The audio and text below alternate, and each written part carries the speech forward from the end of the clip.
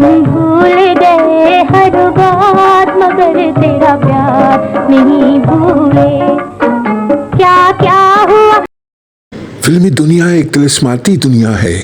इसकी चमक दमक लाखों लोगों को दीवाना कर देती है।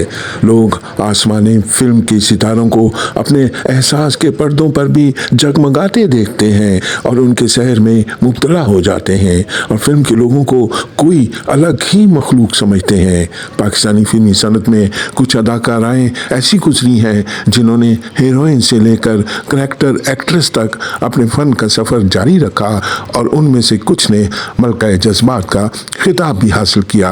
मगर सबसे मुनफरिद और मिसाली अदाकारी करने वाली का नाम था नैयर सुल्ताना।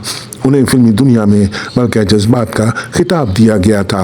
उनकी अदाकारी दिलों को छू लेती थी। उनका हर फिल्मी किरदार फिल्म बीनों के दिलों पर दस्तक देता था। हमने जो फूल चुने दिल में चुभे जाते हैं। हमने जो नैयर सुल्ताना का असली नाम तैयबा बानो था और नैयर सुल्ताना का नाम उन्हें हदायतकार हुमायूं मिर्ज़ा ने दिया था। नैयर सुल्ताना ने हिंदुस्तान के शहर अलीगढ़ में जन्म लिया था। उनका एक बहुत मुतवस्त फैमिली से ताल्लुक़ था।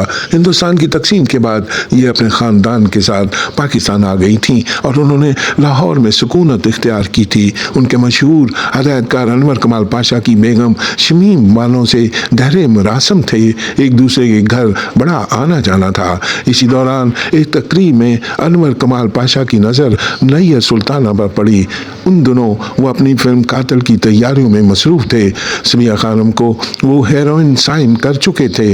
अब उन्हें एक साइड हीरोइन की ज़रूरत थी। उन्होंने नैयर सुल्ताना के वालिदैन से फिल्म में काम करने की इजाज़त हासिल कर ली और फिर नैयर सुल्ताना को भी फिल्म कातिल की कास्ट में बतौर साइड हीरोइन शामिल कर लिया गया और इस तरह इत्तफाक से नैयर सुल्ताना फिल्मी दुनिया में आ गई थी, जबकि उनको फिल्म में काम करने का कोई शौक नहीं था।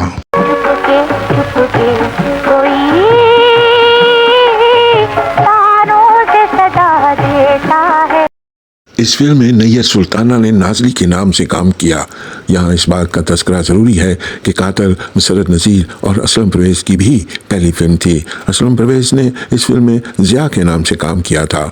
1955 में ही उन्हें हुमायूं मिर्ज़ा की फिल्म इंतखाब में काम करने का मौका मिला। इस फिल्म में वो नैयर सुल्ताना के नाम से जलवागर हुई और फिर उसके बाद 40 बरस तक इसी फिल्मी नाम से अदाकारी के जौहर दिखाती रहीं। उन्होंने अपने दौर के मारूफ अदाकार इशरत अब्बास अल मारूफ दर्पण से शादी की। उसके बाद वो कुछ अरसे के लिए फिल्मी सनत से किनारा कश हो गईं।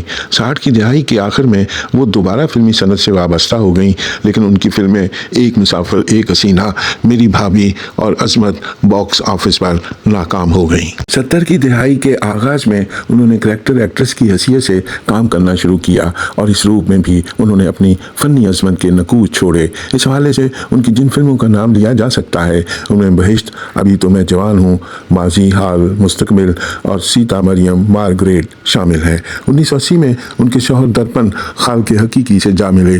उनकी वफ़ात के बाद उन्होंने अपने शौहर की रिक्रूटिंग एजेंसी के मामलात संभाल लिए और इस एजेंसी को बड़ी कामयाबी से चलाया। 90 की दहाई में वो फिर कुछ फिल्मों में नमूदार हुई, जिनमें 3 यक्के, 3 चक्के और गॉडफादर काबिल ज़िक्र हैं। उन्होंने कई अवार्ड हासिल किए। अलमिया किरदार निगारी में उनका कोई सानी नहीं था। उन्हें मलका जज्बात का खिताब दिया गया।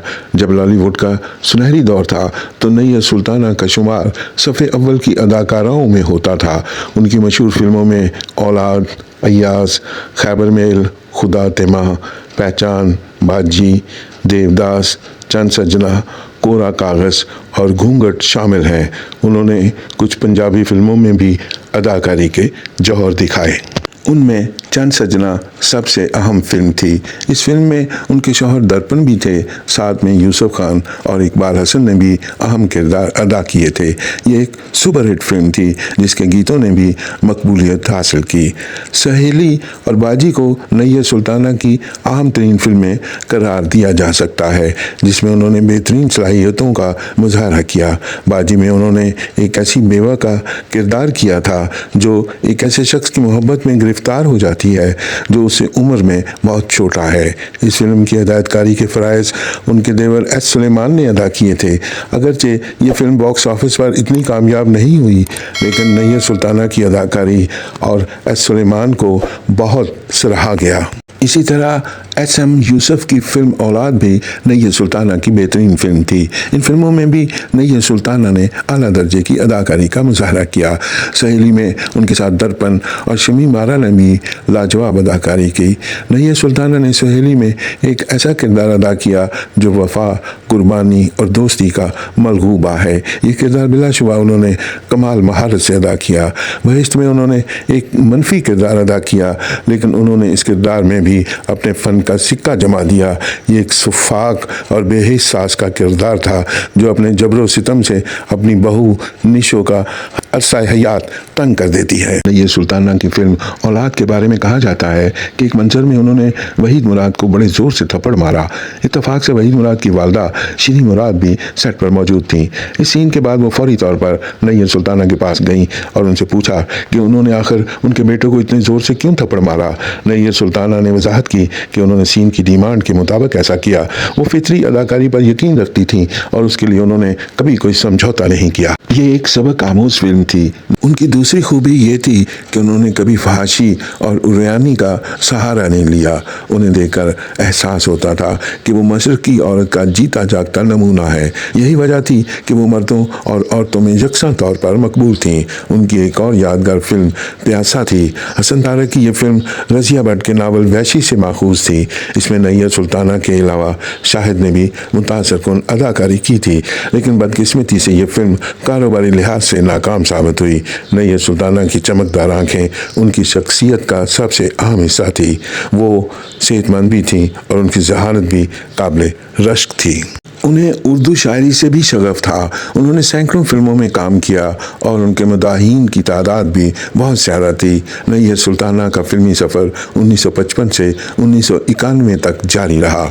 जिस तरह संतोष कुमार स्बिया खानम को तन्हाई का पैकर बनाकर जल्द ही इस दुनिया से रुखसत हो गए थे, इसी तरह दर्पण भी नैयर सुल्ताना का साथ देर तक ना निभा सके और उनको दागे मुफारकत देकर तन्हाई, बेकली और बेकरारी के गहरे समंदर में छोड़कर चले गए थे। दर्पण की जुदाई को ये भी ज़्यादा अरसा ना बर्दाश्त कर सकी थी और फिर कैंसर के मर्ज में मुब्तला होकर 27 अक्टूबर 1992 को ये दुनिया छोड़ गई थी और आज एक अजीम अदाकारा भूला बिसरा अफसाना बन चुकी है।